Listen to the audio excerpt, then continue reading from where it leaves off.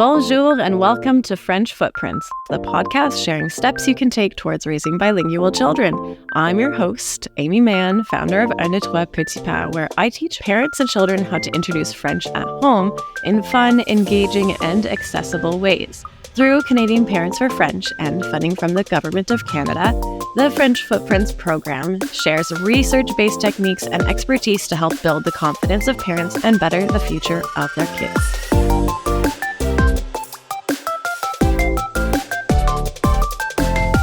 If you're Canadian and you took French in school, it's very likely that you may have heard some tunes from today's special guest.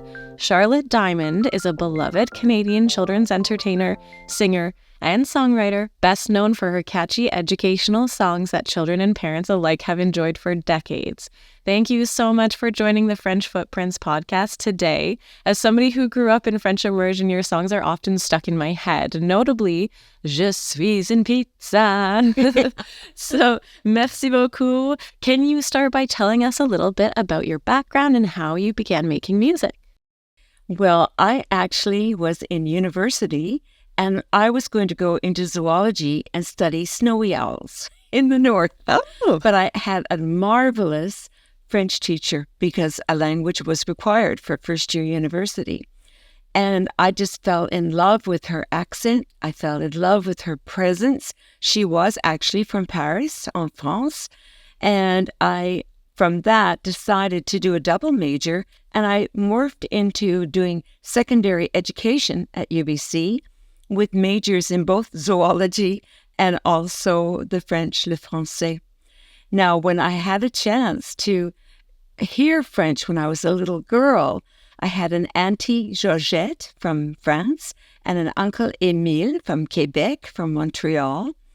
And my mom and dad, they were kind of like surrogate children to this couple. They would be like their parents and surrogate grandparents to me.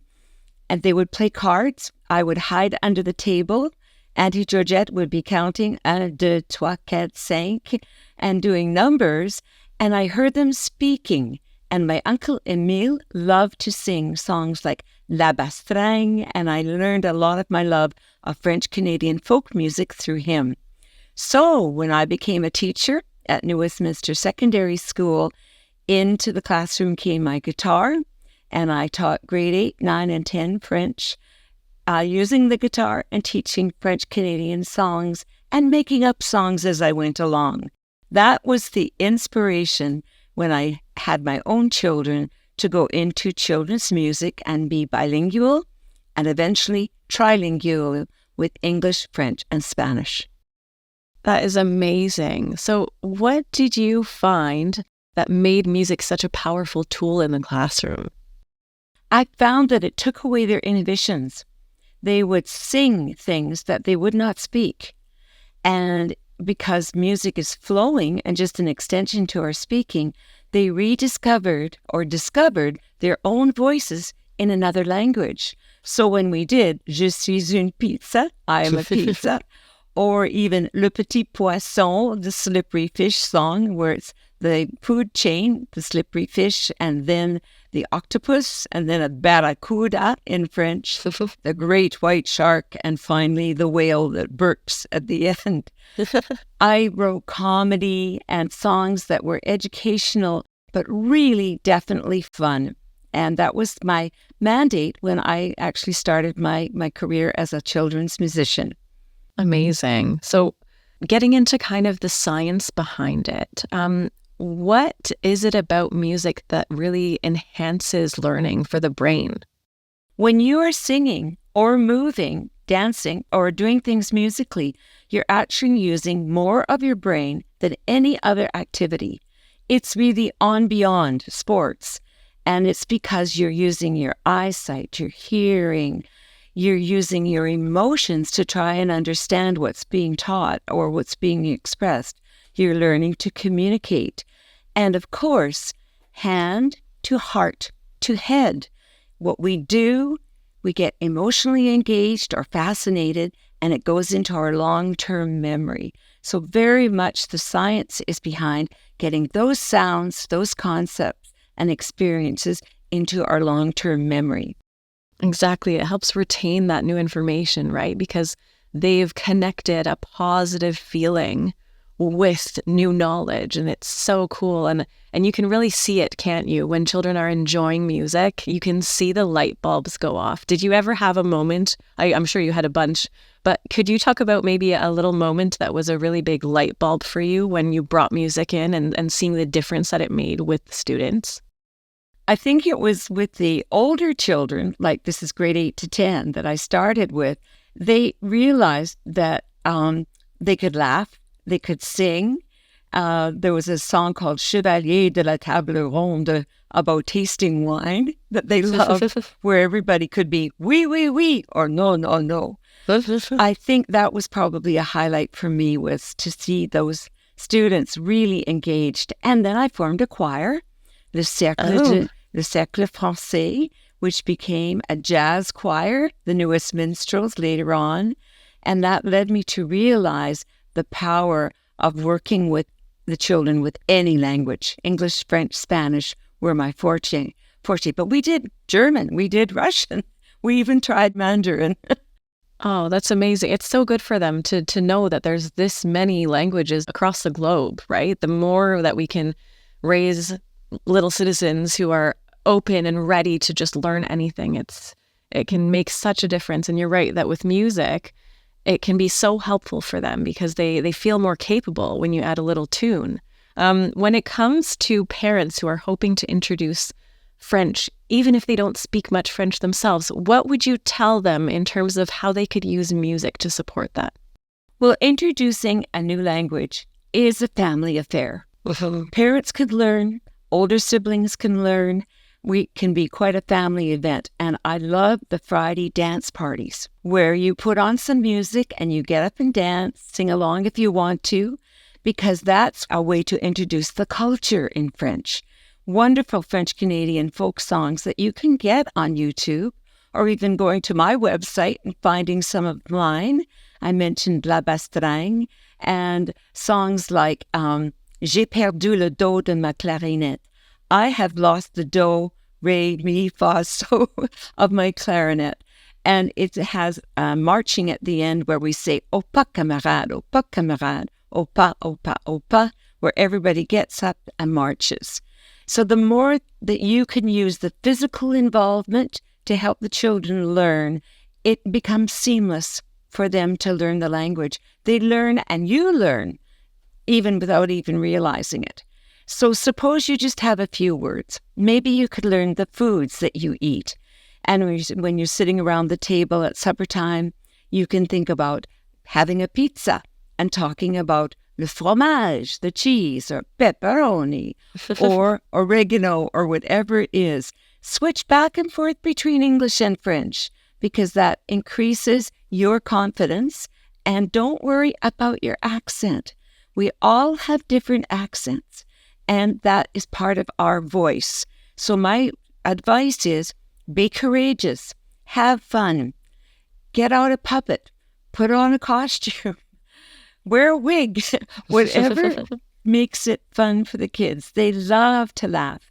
So they're discovering their voice, and you're discovering your voice in a new language. I love that. And what would you say to people, educators or parents alike, who say, oh, I don't have a good singing voice? It doesn't really matter, because your voice is you. It's your personality. And our personalities grow and change. So when you change your voice, you become something different. I did catch Fraser trying, this is my 5-year-old grandson, trying to speak French. And he's off in a corner going, bonjour. He knew bonjour. Amazing. And he knew au revoir. Bonjour, mes amis. And he was just playing with sounds that sounded French. So I would say that a lot of it is just giving the opportunity to explore the culture. And with foods, it's so easy. I say, Fraser, would you like une pomme or une poire? And give him the choice between an apple or a pear. And then I say, je pense à quelque chose orange. I'm thinking of something orange. Can you find it? And he goes into the fridge. He might have a carrot or you might find an orange or something else that's orange in the fridge. So the idea of cooking in French, introducing it at mealtime, because there's a wonderful song. What is it? Bon appétit, mes amis. Bon appétit, mes amis. Bon appétit, mes amis. I hope you like your dinner. Oh, I love that. You can just work it in simple like that. Yeah. And of course, we do have le petit poisson that I talked about. That's the food chain. So the little fish, petit poisson, is eaten up by la belle pieuvre, the octopus. Chomp, chomp, chomp. Is eaten up by a barracuda, when I do it in French, barracuda. And then le grand requin, the great white shark. Finally, la grosse baleine, which is the humongous whale who burps and then pardonnez-moi. So the idea of taking songs that you might already know, add your own ideas. Definitely have fun. So I know you're a big fan of zipper songs and echo songs, Charlotte. Do you think you could just explain what those are? Definitely. Just to let you know, on my YouTube channel, Charlotte Diamond Official YouTube, there is the prize method. That means using props and puppets, rhythm and dance, sign language, imagination, zipper songs, and echo songs. I'm a Pizza is an echo song, and I'm a Pizza can change into I am a bubble, big and round, softly I'm floating over the ground. So taking a song that you know and changing the words, it allows you to hear what your children echo, and they hear you really clearly. Zipper songs, we just did one. I'm going to do this song. May there always be sunshine. May there always be blue skies. May there always be Mama and Papa. May there always be me.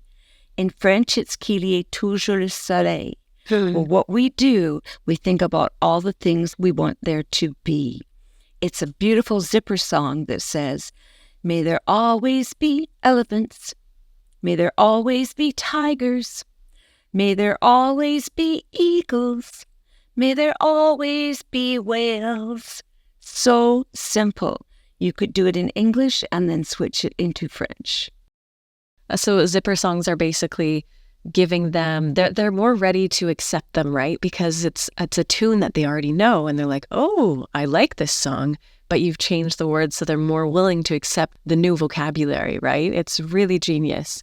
And the echoing songs are like Je Suis Une Pizza, where you have them repeat everything back. And obviously that's a really good, repetition is so important for language learning, right? I have a question for you. I had to ask, if you had to pick one of your songs to be your favorite, do you have a favorite song? I probably have two. Okay. One is Le Petit Poisson, the slippery fish and the octopus, because it's gone international. And I called it octopus because I was fascinated by octopus. But the children who sing it changed it to slippery fish or Le Petit Poisson. That's number one. The second one, as well as pizza, which you already talked about, is leave the world a little bit better. And in French, it's pour que le monde soit plus beau. Simply, it says, leave the world a little bit better than the way you found it when the sun came up.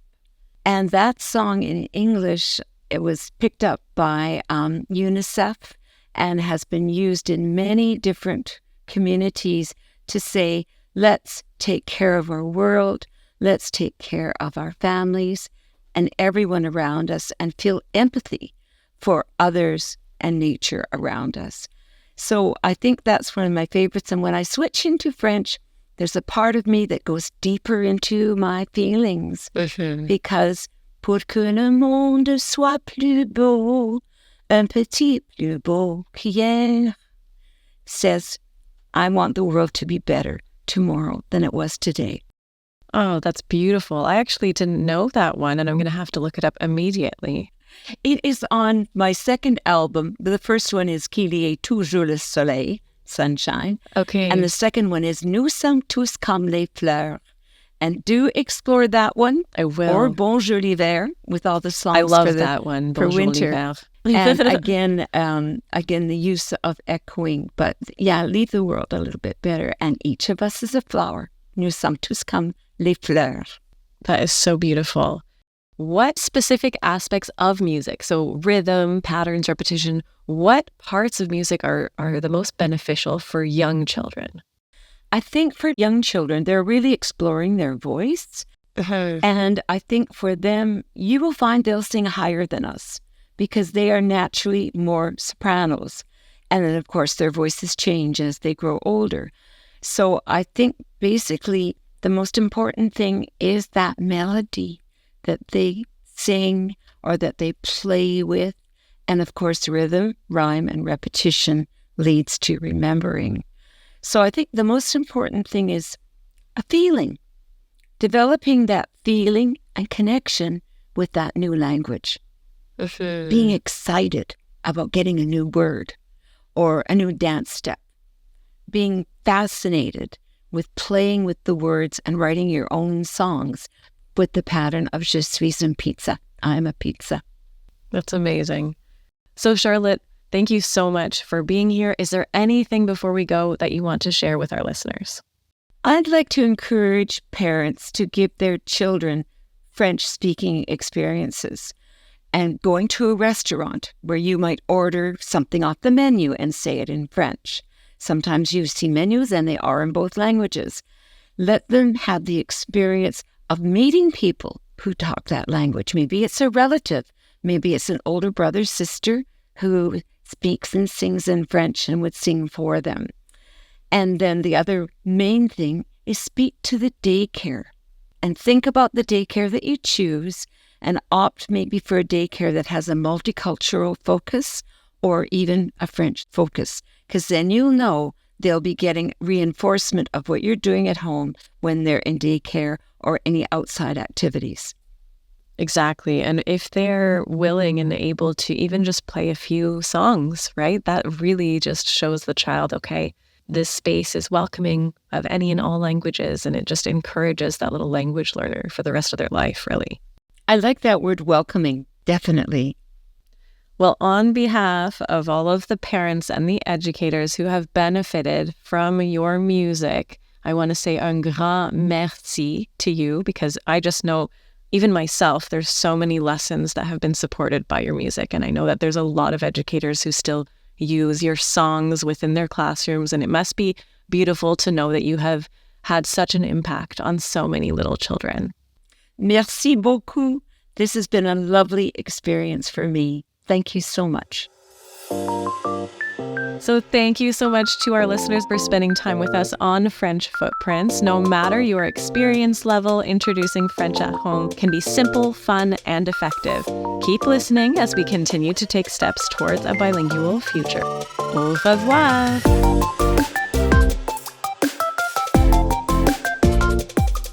This project has been made possible by the Government of Canada. Ce projet a été rendu possible grâce au gouvernement du Canada.